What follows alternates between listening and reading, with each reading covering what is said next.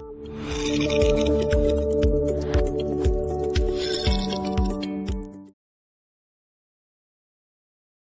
함께 오늘 은혜 같이 나누실 말씀은 갈라디아서 5장 16절로 21절입니다. 갈라디아서 5장 16절로 21절 본문을 대독하시겠습니다.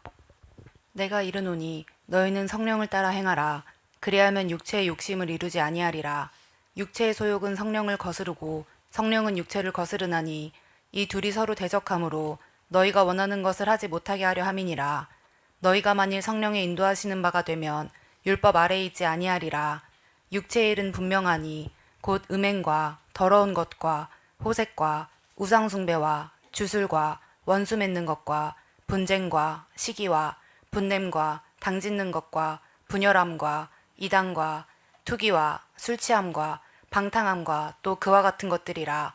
전에 너희에게 경계한 것 같이 경계하노니 이런 일을 하는 자들은 하나님의 나라를 유업으로 받지 못할 것이요. 아멘. 아멘.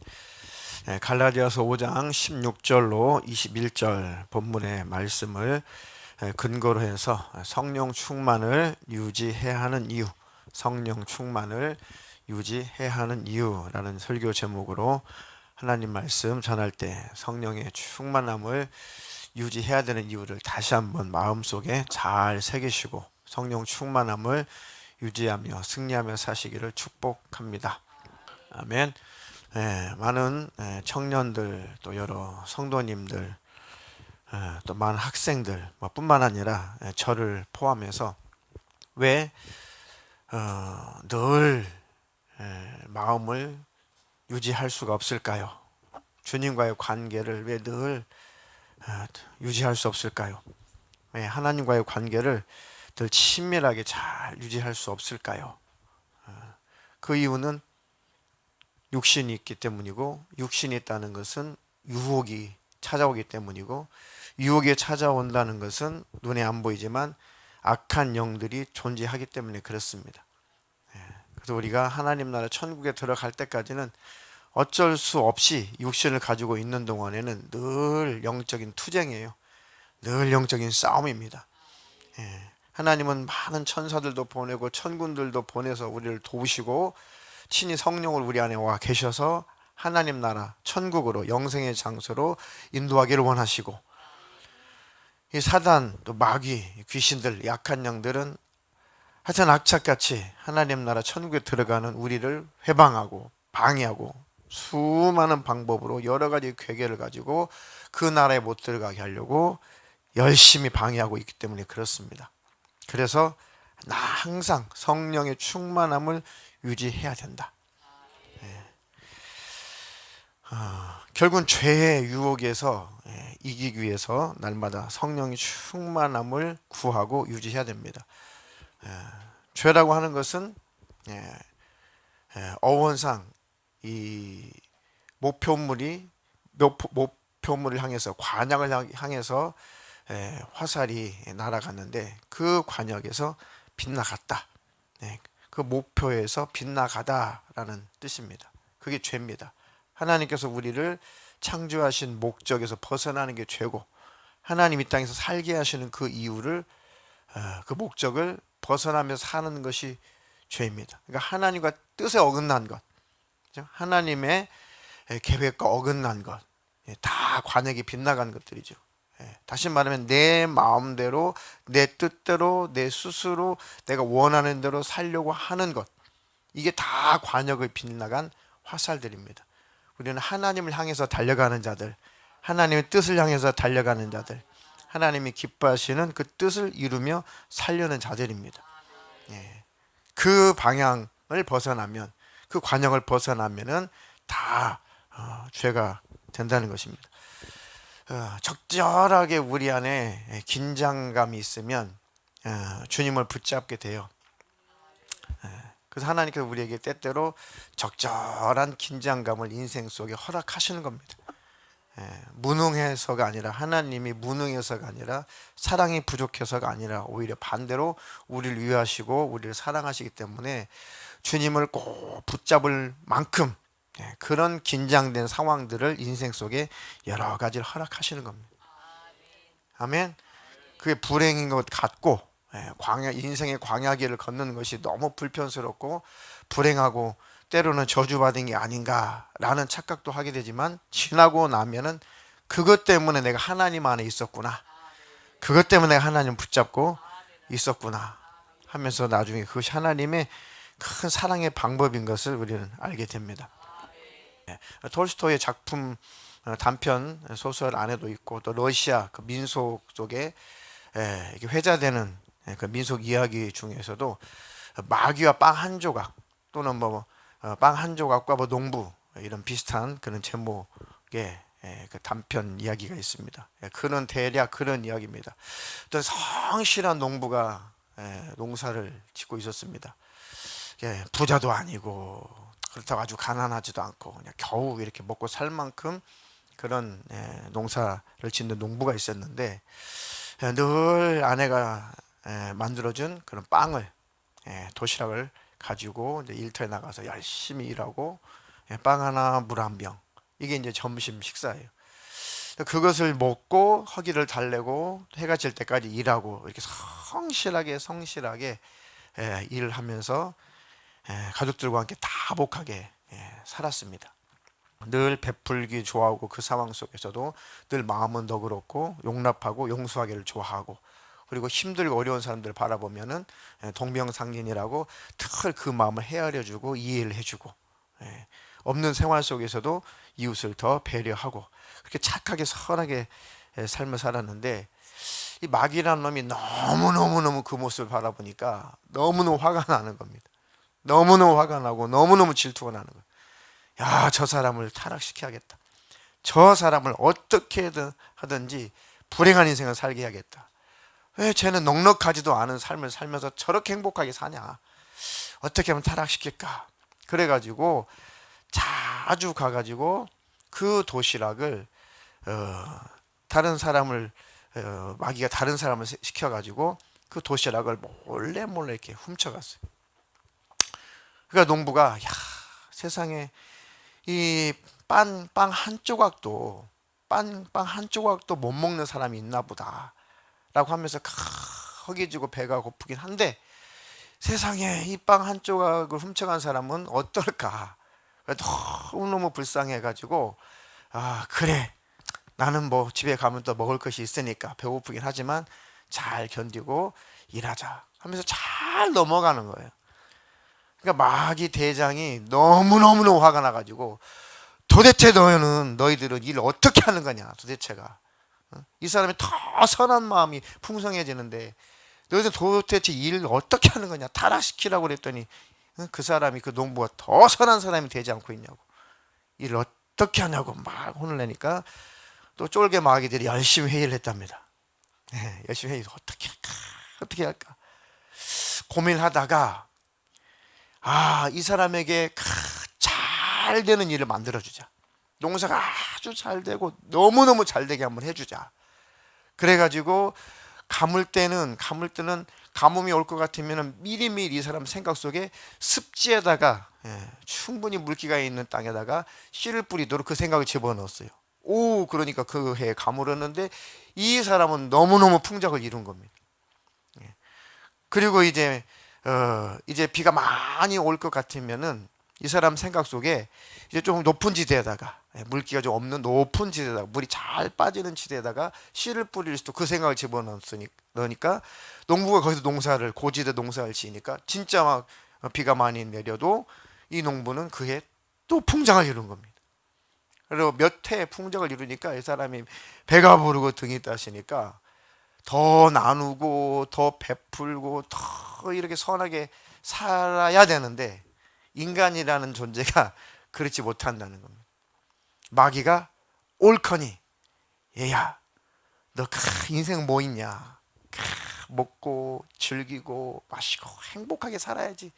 인생 아무것도 없어. 근심거리도 없어요. 염려거리도 없어요. 이제 배가 불러요. 그러니까 생각 속에 무슨 생각을 넣냐? 이 남은 곡식을 가지고 술을 만들어서 술을 빚어서 한번 먹어봐라. 그래가지고 이 농부가 이 술을 빚어가지고 술을 마시기 시작했어요. 너무너무 술 맛이 좋은 거예요. 그러니까 이 친구 저 친구 불러다가 매일매일 술판을 벌리는 거예요. 매일 술에 중독이 됐어요. 난폭해지고 폭언을 하고, 그리고 그 착한 사람이 자꾸 막 혈기가 넘치고 늘 싸우고 다투고. 그래서 그 마을에서는 도무지 있어서는 안 되는 존재가 되어버렸습니다. 결론 비참하게 그 사람은 인생의 말로가 아주 비참하게 끝나고 말았어요. 마귀 대장이, 이야, 정말 쫄개들한테 너희들은 정말 지혜롭구나. 내 사랑하는 쫄개들아, 정말 지혜롭구나. 앞으로 계속 그렇게 해라. 초대교회에 많은 어려움과 많은 핍박과 환란이 있을 때는 오직 예수였습니다. 어떻게 한 번 더 같이 모여서 기도할까? 어떻게 한 번 더 예배라도 한번 드려볼까? 성경이 없으니까 그때는 다 종이도 없고 인쇄술이 없으니까 성경을 조각조각 성경. 네? 근데 그때는 초대교회 때만 해도 인쇄술도 발달하지 못했고 종이도 없다고 보니까 이제 뭐 예를 들면 마태복음 이렇게 조각 이것을 다 손으로 일일이 필사를 했었단 말이죠. 그것도 파피루스라고 약 갈대 같은 그런 재질의 그런 나뭇잎을 잘 가공을 해가지고 쭉쭉 펴가지고 거기에다가 부자인 사람들은 양피지, 양 가죽에다가 필사를 해가지고 성경을 이렇게 보관하고 있었습니다.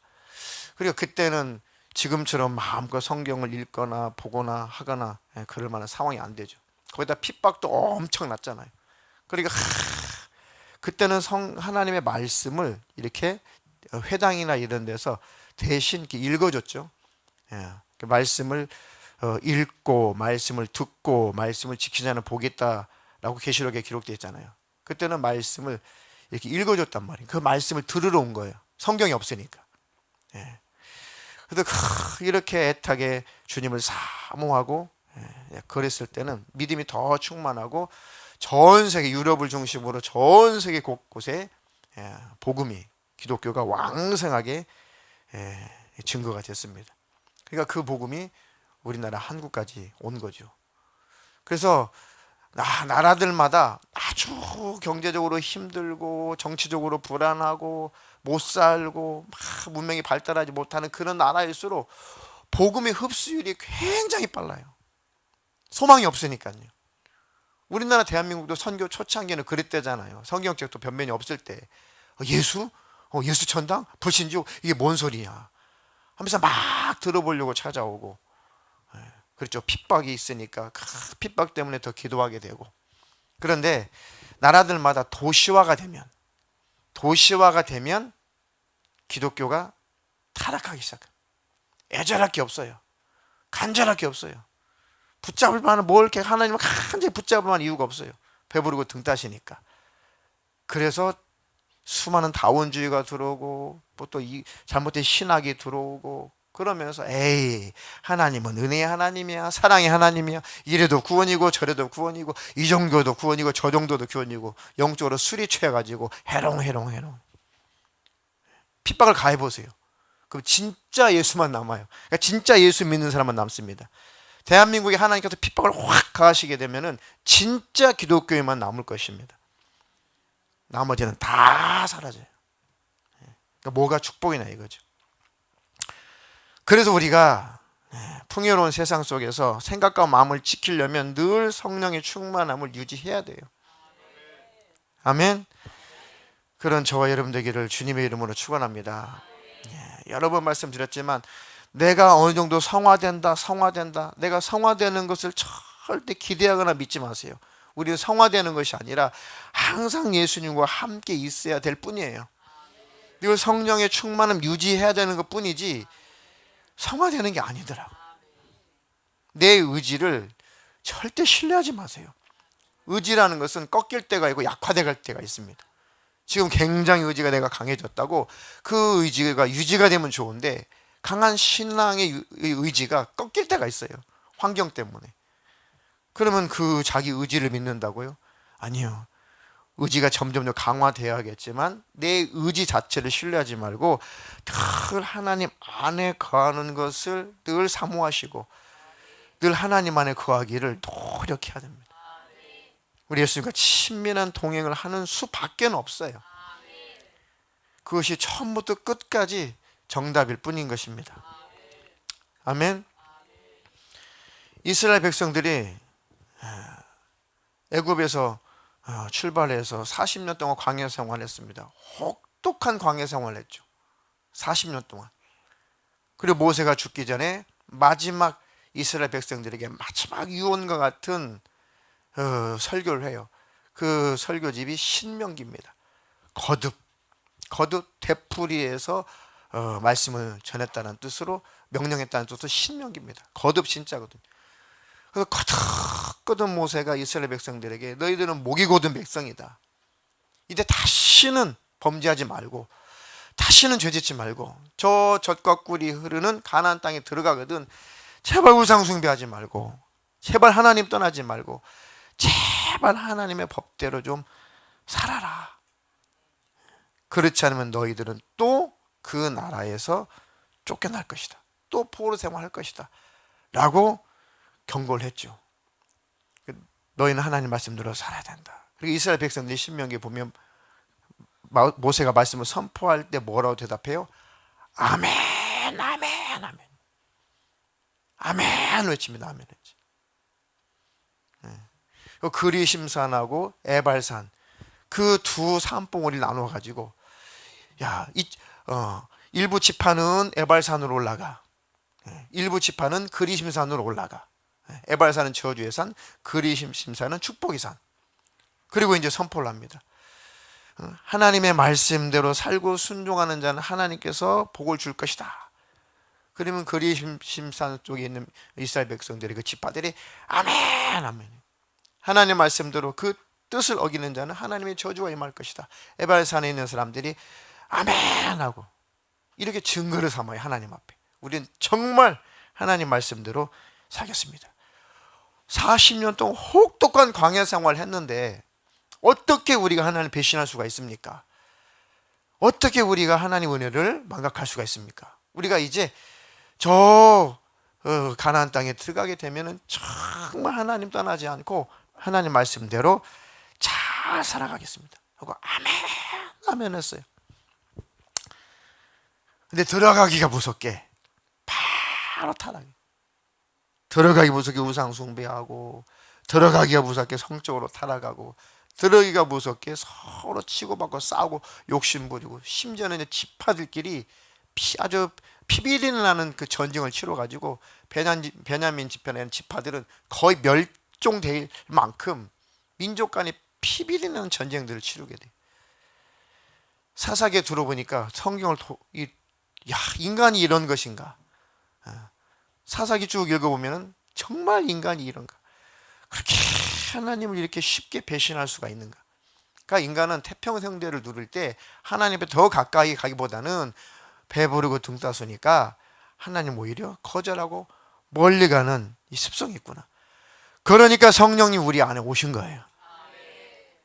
그래서 날마다 하나님 말씀을 기억하라는 것입니다. 십자가의 은혜를 기억하라고 성령님이 우리 안에서 말씀하고 계시는 겁니다. 다윗은 정말 위대한 인물이에요. 성경상에 예수님을 상징하기까지 한 그런 위대한 인물이죠. 다윗이라는 인물.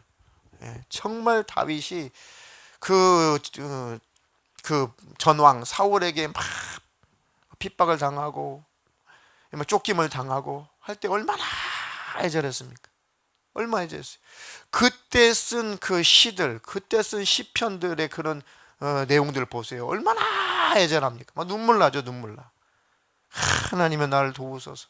주는 나의 방패이십니다. 주는 나의 산성이십니다. 주는 나의 거룩한 산성이십니다. 얼마나 애절합니까? 오직 하나님 아니면 안 돼. 그러다가 딱 왕이 됐어요. 그리고 통일왕국을 다 이뤘어요. 이제는 감히 다윗이 살아있는 동안에 다윗을 덤빌 나라들이 없었어요.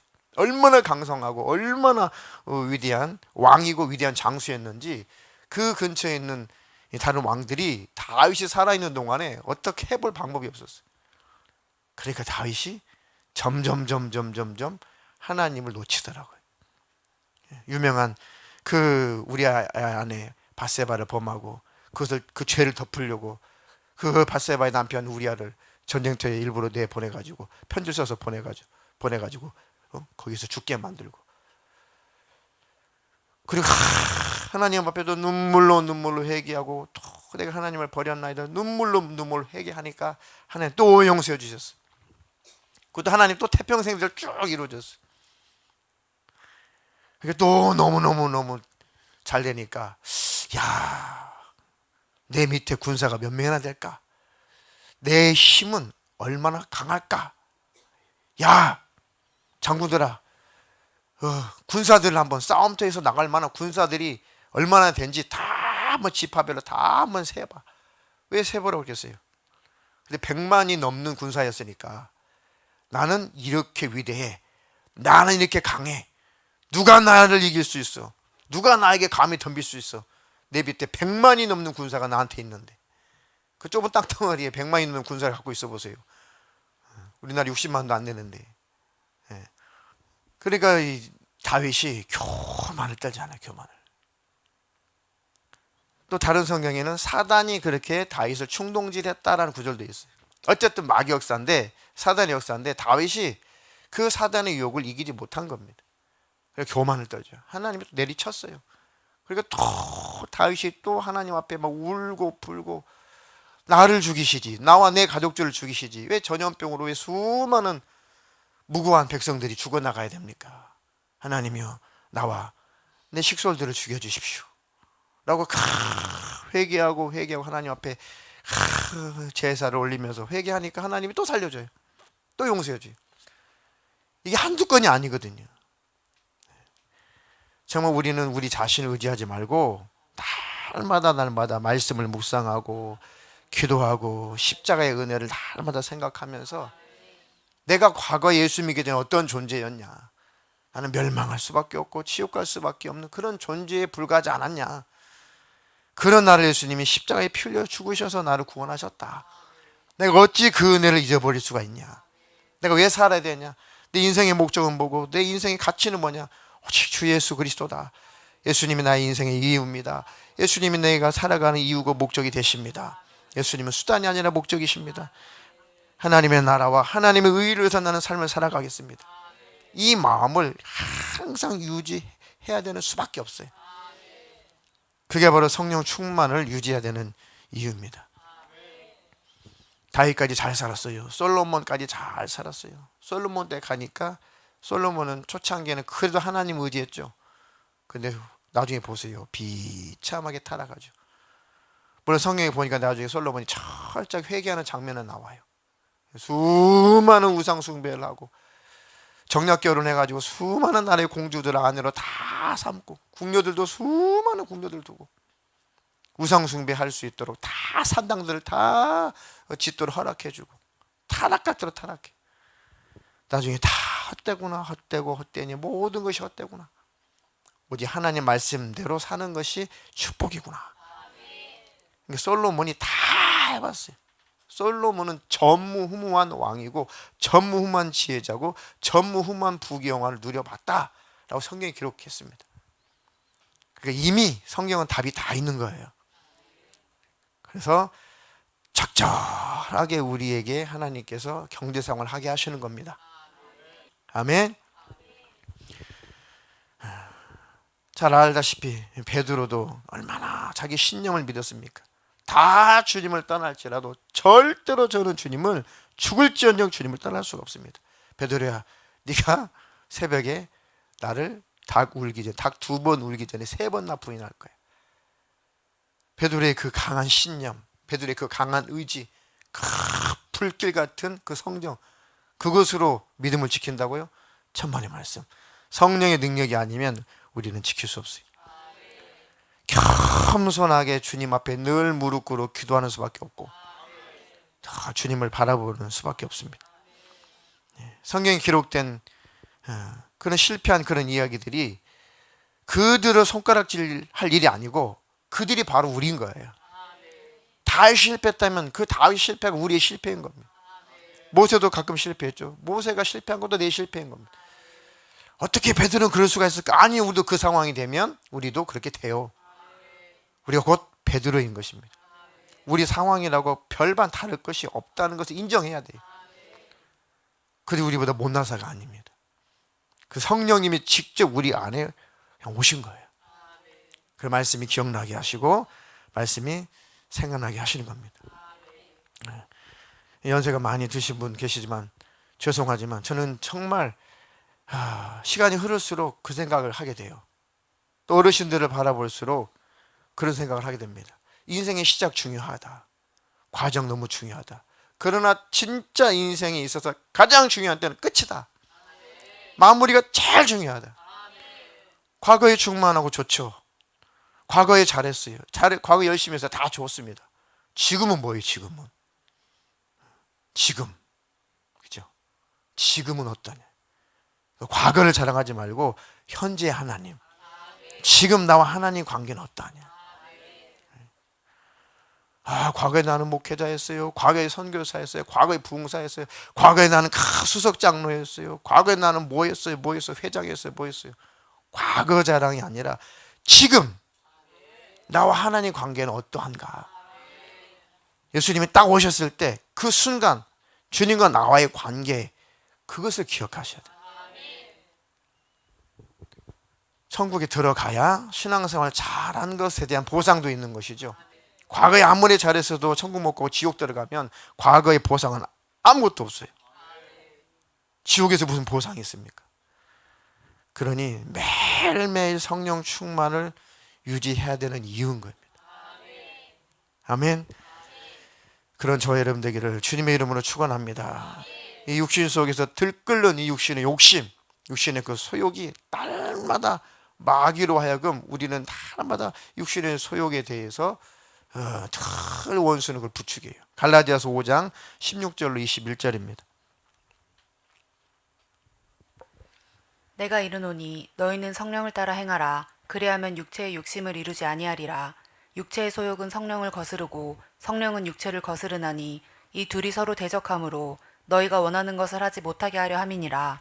너희가 만일 성령의 인도하시는 바가 되면 율법 아래에 있지 아니하리라.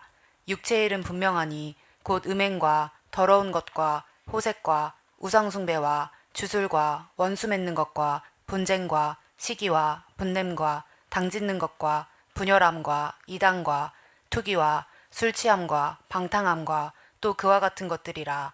전에 너희에게 경계한 것 같이 경계하노니 이런 일을 하는 자들은 하나님의 나라를 유업으로 받지 못할 것이요.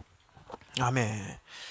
내가 너에게 이르노니 너희는 성령을 따라 행하라. 성령을 따라 행하라. 성령을 쫓아 행하라. 늘 예수님과 함께 친밀한 삶을 살아라. 예수님의 영이 성령이에요. 그리스도 영이 성령입니다. 그러니까 성령을 따라 행하라는 것은 날마다 예수님과 함께 삶을 살아가라. 그런 의미인 거죠. 그럴 때 비로소 육체 욕심을 이루지 않는다. 아멘.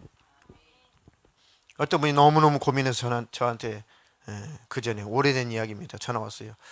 와, 저는 그때 그걸 다 이겼다고 생각을 했고 완전히 나는 다시는 그런 것 손도 대지 않고 보지도 않고 그것과 전혀 상관없는 사람이라고 확신을 그렇게 살아왔는데 저는 왜 기가 막히게도 그 유혹에 나는 또 넘어졌을까요? 당신의 신념을 믿지 말라고 그랬어요. 과거의 충만함 가지고 우리는 신앙생활을 하는 것이 아니다. 지금 충만해야 되는 거다. 지금 예배에 성공하느냐? 지금 말씀을 조심히 보고 말씀을 늘 묵상하고 있냐? 당신 지금 기도 성공하고 있냐?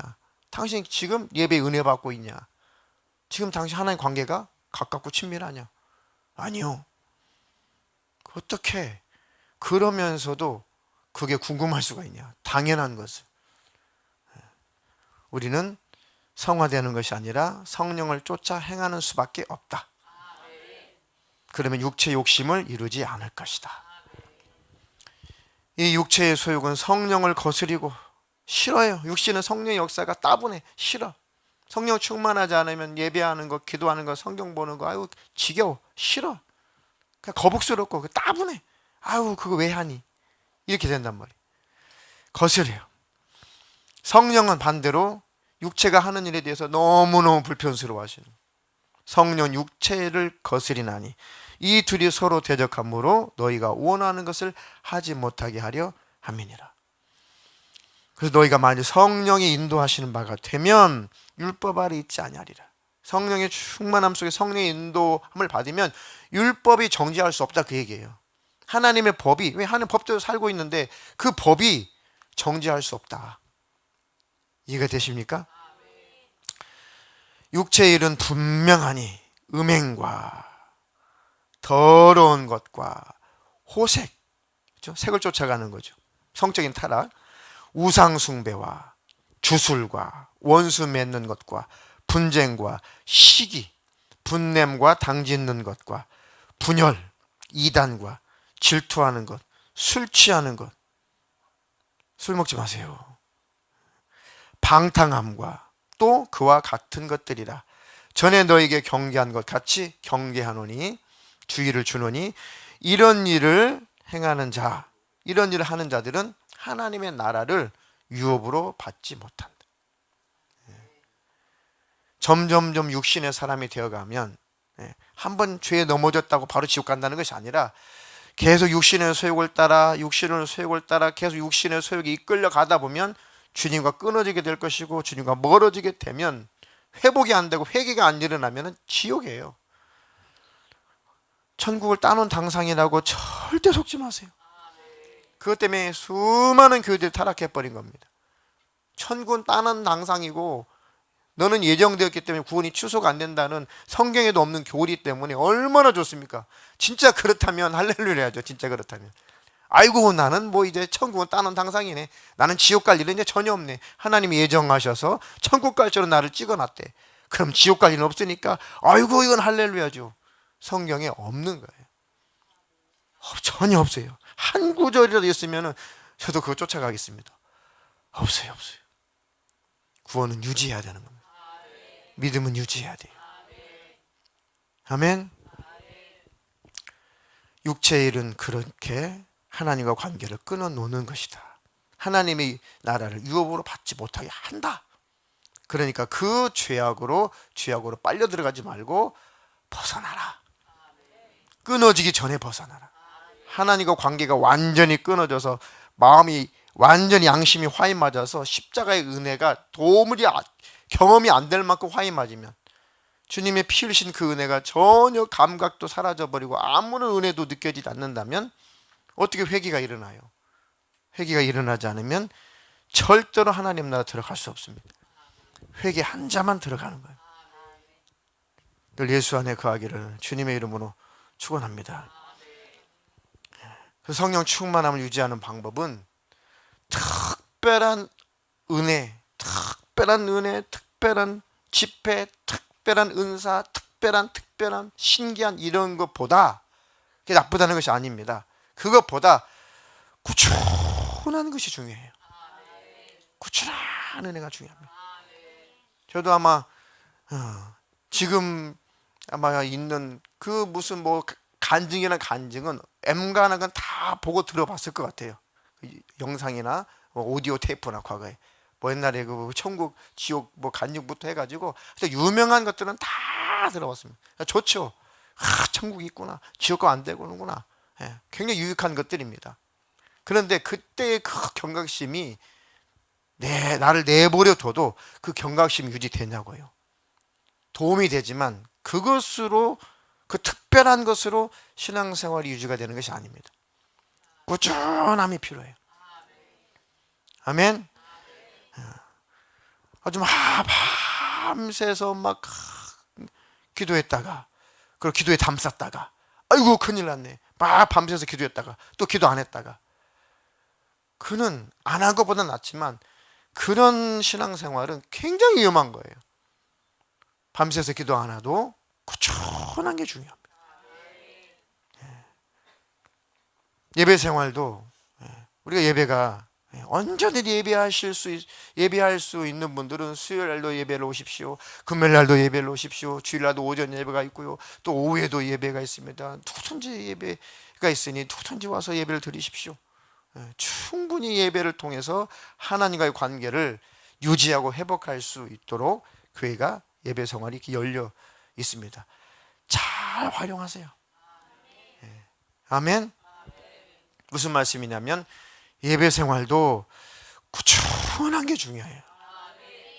꾸준한 게 중요합니다. 막 열정적으로 예배 다 드렸다가 예배 담쌌다가 예배 다 드렸다가 담쌌다가 그것보다 꾸준한 예배. 아멘. 말씀도 꾸준하게. 뭐 때로 성령님 역사하시면 그냥 막 말씀만 보고 싶어서 밤샐 때도 있어요. 특별한 은혜가 부어질 때가 있죠. 근데 언제나 특별한 은혜가 부어지는 것은 아니잖아요. 그렇죠? 어떨 때는 막 다른 거 다 뒤로 하고 막 전도만 하고 싶을 때가 있어요. 특별한 은혜가 부어질 때. 그러나 항상 특별한 은혜가 부어지진 않잖아요. 중요한 것은 모든 것은 다 성실하게 꾸준한 게 중요해요. 예배도 꾸준하게, 기도 생활도 꾸준하게, 말씀 묵상도 꾸준하게. 그래서 신명기 6장 1절로 9절에 네 이마에다가 네 팔에다가 하나님 말씀을 기록해서 다 묵상하라고 하는 겁니다. 왜? 인생이 어떤 존재인지 하나님 아시기 때문에 모세를 통해서 말씀한 겁니다. 좀 긴데 1절로 신명기 6장 1절로 9절까지 마지막 읽어보겠습니다. 이는 곧 너희 하나님 여호와께서 너희에게 가르치라고 명하신 명령과 규례와 법도라. 너희가 건너가서 차지할 땅에서 행할 것이니 곧 너와 내 아들과 내 손자들이 평생에 내 하나님 여호와를 경외하며 내가 너희에게 명한 그 모든 규례와 명령을 지키게 하기 위한 것이며 또 내 나를 장구하게 하기 위한 것이라. 이스라엘아, 듣고 삼가 그것을 행하라. 그리하면 내가 복을 받고 내 조상들의 하나님 여호와께서 내게 허락하신 같이 젖과 꿀이 흐르는 땅에서 내가 크게 번성하리라. 이스라엘아, 들으라. 우리 하나님 여호와는 오직 유일한 여호와이시니 너는 마음을 다하고 뜻을 다하고 힘을 다하여 내 하나님 여호와를 사랑하라. 오늘 내가 내게 명하는 이 말씀을 너는 마음에 새기고 내 자녀에게 부지런히 가르치며 집에 앉았을 때에든지 길을 갈 때에든지 누워있을 때에든지 일어날 때에든지 이 말씀을 강론할 것이며 너는 또 그것을 내 손목에 메어 기호를 삼으며 내 미간에 붙여 표로 삼고 또 내 집 문설주와 바깥 문에 기록할지니라. 아멘. 그것을 내 손목에 매며 기호를 삼으며 내 미간에 붙여 표를 삼고 내 집 문설주와 바깥 문에 기록할지니라. 늘 하나님을 기억하라는 얘기죠. 늘 말씀을 보면서 하나님을 인식하라는 겁니다. 그 외에는 방법이 없다. 늘 예수님과 친밀하게 동행하는 방법 외에는 성령 충만을 유지하는 방법이 없다. 내 마음과 내 믿음을 지킬 만한 방법이 없다. 그러니까 항상 있는 수요일 예배고 항상 있는 금요일 예배고 항상 있는 주일 오전 오후 예배이지만 식상한 예배인 것 같지만 이 예배가 있는 것이 중요하다는 거예요. 예배가 특별한 은혜가 부어질 때가 있고 특별한 은혜를 경험하지 못할 때도 있지만 꾸준히 예배하는 것이 중요해요. 아멘. 그 기회를 우리 교회 성도들이 하나도 안 놓쳤으면 좋겠습니다. 잘 이 예배를 자기 영혼을 위해서 잘 활용하기를 주님의 이름으로 축원합니다. 그 일기방에 어떤 일기방에는 한 달 이상 제 일기방 올라간 방이 있어요. 한 달 동안 아무도 안 썼어요. 만약에 제가 예수님을 바라보면서 일기를 씁시다. 이것이 뭔가 막 인원이 늘어나고 막 목회가 막 잘 되고 막 헌금이 막 들어오고 그것이 목적이라면 저 일기 안 써요. 해보니까 안 되더라고요. 해보니까 저 혼자만 써요. 해보니까 어느 일기방에는 한 달 동안 권성호 제 이름밖에 없어요. 한 달 동안. 그래도 써요. 왜 그럴까요? 좋으니까 쓰는 거예요. 그 맛이 있으니까 쓰는 거예요. 야, 이거라도 물론 뭐 가끔 빠질 때도 있습니다. 야, 이거라도 꾸준히 주님을 바라보면서 일기를 쓰니까 주님을 바라볼 목적으로 일기를 쓰는 거죠. 주님을 바라볼 목적으로 일기를 쓰다 보니까 진짜 주님이 더 바라봐지게 돼요. 때는 그 일이 될 때도 있지만은 그래도 안 쓰고 싶을 때도 있고, 그리고 이건 써야 되나 말아야 되나, 두리뭉실 써야 될 때가 있고, 만약에 이 일기를 썼다가 혹시라도 오해하는 사람이 있으면 어떡할까. 그러니까 목회자는 굉장히 표현하기가 힘들어요. 어떤 사람이 일기 쓸 때가 2시간 걸릴 때가 있어요. 짧은 일기인데. 왜요? 목회자들의 이 언어라는 것은 굉장한 파장이 있기 때문에 나는 그런 의도가 아닌데 혹시 이 일기를 읽고 누구든지 시험에 들면 어떡하지? 나를 까나? 내 말 하나? 라고 착각하면 어떡하지? 그런 위험을 무릅쓰고 표현을 잘 다듬어 가서 긴 시간이 걸리지만 그래서 쓰는 이유는 주님과 나와의 관계 때문에 그렇습니다. 아무도 그 일기방에 아무도 안 올리고 아무 관심이 없어도 그냥 나와 하나님 관계 때문에 쓰는 거예요. 아멘. 그러니까 꾸준하게 하는 것이 그게 능력이더라고요. 그렇게라도 해서 주님과 나와의 관계를 잘 유지하는 것이 사는 길입니다. 저도 살려고, 다시 말하면 저도 어떻게든 주님과의 관계를 놓치지 않으려고 저를 위해서라도 쓰는 거예요. 그런 이유입니다. 바쁘다. 아유 바빠요 하시는 분들에게, 아이고 바빠요 바빠서 예배도 못 드리겠고요, 바빠서 기도할 시간도 없고요, 바빠서 성경은 더더욱도 읽을 수도 없고요, 아유 바빠가지고 무슨 일기는 일기입니까? 아유 저는 바빠가지고 모임도 못하고, 저는 바빠가지고 바쁜 거 맞죠? 현대인들은 바빠요. 그런데 무엇가 더 바빠야 되겠습니까? 근데 뭐가 더 바빠야 돼요? 뭐가 더 바빠야 돼요? 바쁜 거 맞아요. 근데 무엇이 더 바빠야 되겠습니까? 내 영혼을 위한 것, 내 영혼이 유익한 일들이 더 바빠야죠. 육신이 있으니까 육신을 위해서 살아가야 돼요. 그렇지만 육신을 위해서 살아가다가 주님과의 관계가 멀어지고 급기야는 주님과 관계가 끊어지면 나중에 아무리 후회도 소용이 없잖아요. 바쁘다라고 하신 분들에게 무엇이 더 바빠야 되는지, 그 많은 바쁜 일들 중에 무엇이 더 바빠야 되는지 생각해 보시라고요.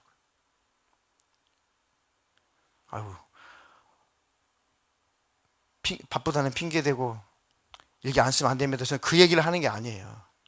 그 얘기를 하는 게 아닙니다. 내 신앙생활의 유익, 내 영적인 유익, 그것이 더 바빠야 된다, 그 얘기를 하는 거예요. 아이고 목사님 일기 혼자 쓰더니 열받았나 보다가 아니고 전혀 그게 아닙니다. 안 써도 돼요. 전 좋으니까 쓰는 거니까 소개하는 거예요. 왜 제가 강요하지 않았냐면, 저도 안 해본 것이 쓰라고 그러면 여러분들이 이게 납득이 돼요? 그래서 제가 가만히 있는 거예요. 6개월 동안. 6개월도 안 됐지만은, 써보니까 이렇게 좋고 저렇게 좋다 라고 나중에는 간증하고 소개하고 싶어서 저도 그 과정을 겪고 있는 겁니다. 그래서 강요하지는 않는 거예요. 나중에 정말 좋으면 좋다고 말씀드리려고요. 그 일기 얘기를 하는 것이 아니라 가장 바빠야 될 것은 신앙생활이다. 주님과 나와의 관계를 잘 유지하는 일이 제일 급하고 제일 바쁘고 제일 중요한 일이다, 그 얘기입니다. 아유 바빠서 예배도 못 드려요. 바빠서 일주일에 한 번도 예배 안 드려요. 바빠서 일주일에 한 번도 기도를 안 해요. 바빠서 일주일에 한 장도 성경을 안 봐요. 그렇게 바쁜가? 인생이 바쁘긴 하지만 진짜 바쁜 게 뭔가, 진짜 바빠야 할 것이 무엇인가를 생각해 보시는 거예요. 바빠서요 하시는 분들, 무엇이 진짜 바빠야 하는지를 다시 한번 새겨보시고, 사실은 바쁘다라고 하는 분들의 특징은 사실은 바쁜 것이 문제가 아니에요. 바쁜 것이 문제가 아니라 마음이 없는 거예요. 마음이 떠나버린 겁니다. 마음이 하나님과 가까워지질 않는 거고, 마음이 하나님과 멀어져 있기 때문에 그냥 육신의 바쁜 일들이 우선이 되는 거예요. 하나님과 가까워 보세요. 진짜 바빠야 될 일이 뭔지를 깨닫게 됩니다. 아멘. 매일매일 무엇이 가장 나는 바빠야 하는가? 나는 매일 무엇이 가장 바빠야지 예수님과 나와 관계를 잘 유지하는 일이 제일 바빠야 된다. 그것이 제일 나는 중요해야 된다. 물론 정말 눈물겹게 일 다니시는 분도 계세요. 정말 눈물겹게 힘겹게 일 다니시는 분도 계십니다. 기도하고 응원하고 있죠. 그렇지만 그 바쁜 생활 속에서도 마음만 있다면 충분히 예수님과의 관계를 유지할 수 있어요. 바빠서 신앙생활 못할 수는 없습니다. 바빠도 신앙생활 충분히 할 수 있어요. 아멘. 무엇이 가장 바빠야 하는지 생각해 보는 기도의 시간이 되기를 주님의 이름으로 축원합니다.